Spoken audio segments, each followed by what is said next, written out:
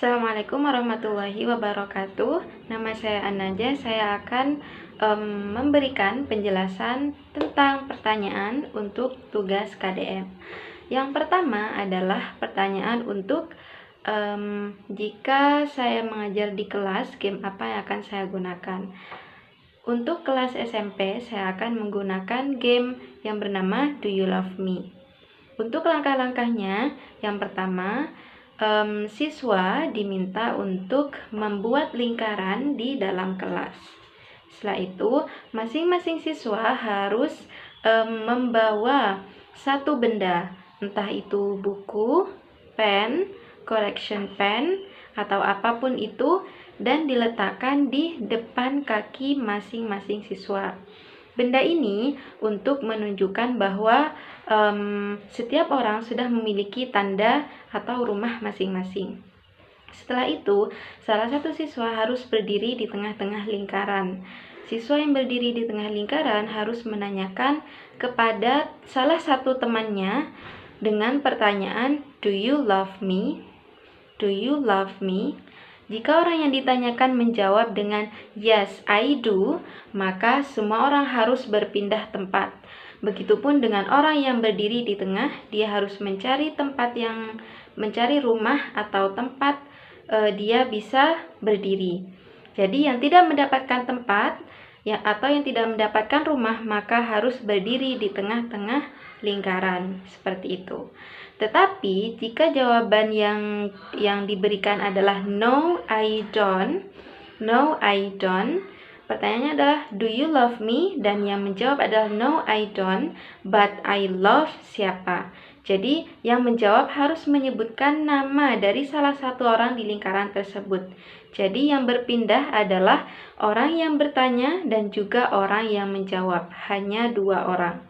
Yang tidak mendapatkan tempat maka harus berdiri di tengah lingkaran. Seperti itu. Do you love me? Yes, I do. Do you love me? No, I don't, but I love someone else. Untuk pertanyaan yang ketiga, untuk kegiatan pre, whilst, and also post. Yang pertama adalah kegiatan pre. Saya akan menjelaskan kegiatan di bagian pembukaan. Yang pertama diisi dengan salam, greeting, berdoa bersama, lalu checking attendance list atau kehadiran siswa.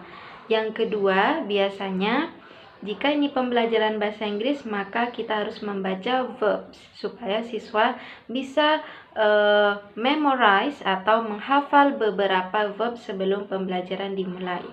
Setelah itu, kita memberikan short review atau review singkat. Setelah itu baru kita melakukan ice breaking, entah dengan itu clap ataupun dengan touching body atau touching something around students. Selanjutnya di kegiatan whilst, kami biasanya dilakukan stimulasi terkait dengan pembelajarannya. Jadi semisal saya ingin menjelaskan atau materi yang akan saya bawa adalah simple present. Jadi yang pertama saya akan menanyakan daily activity mereka atau setiap hal yang mereka kerjakan setiap hari. Yang kedua adalah making example, membuat contoh. Jadi guru yang membuat contoh, misalnya I eat noodle. I have breakfast. She has breakfast. Atau she buys bread in the store, dan lain sebagainya.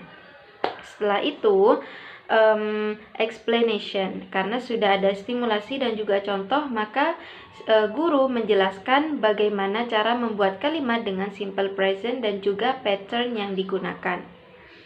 Setelah itu penggunaan s ataupun is pada verb, dan dilanjutkan dengan kalimat positif, negatif, dan juga interrogatif pada kalimat. Nah, setelah selesai, pengajar meminta siswa untuk membuat contoh kalimat yang short example, short sentence dari simple present itu sendiri.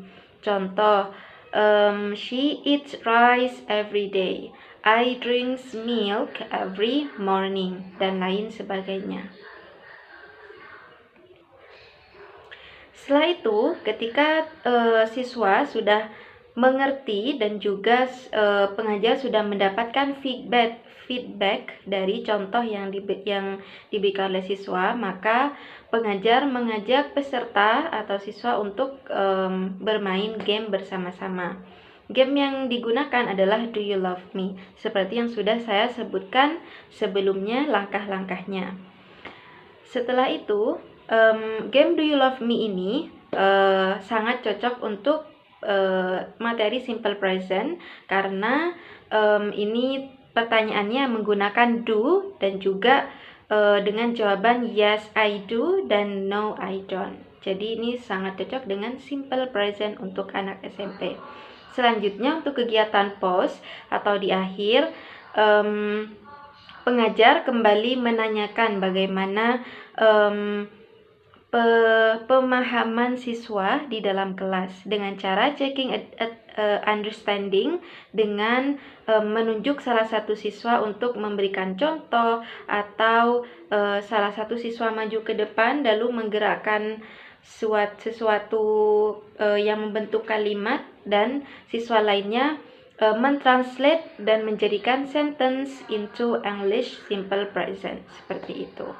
Setelah itu short review sebelum ditutup dan terakhir yaitu closing. Jadi seperti itu jawaban dari saya. Terima kasih. Wassalamualaikum warahmatullahi wabarakatuh.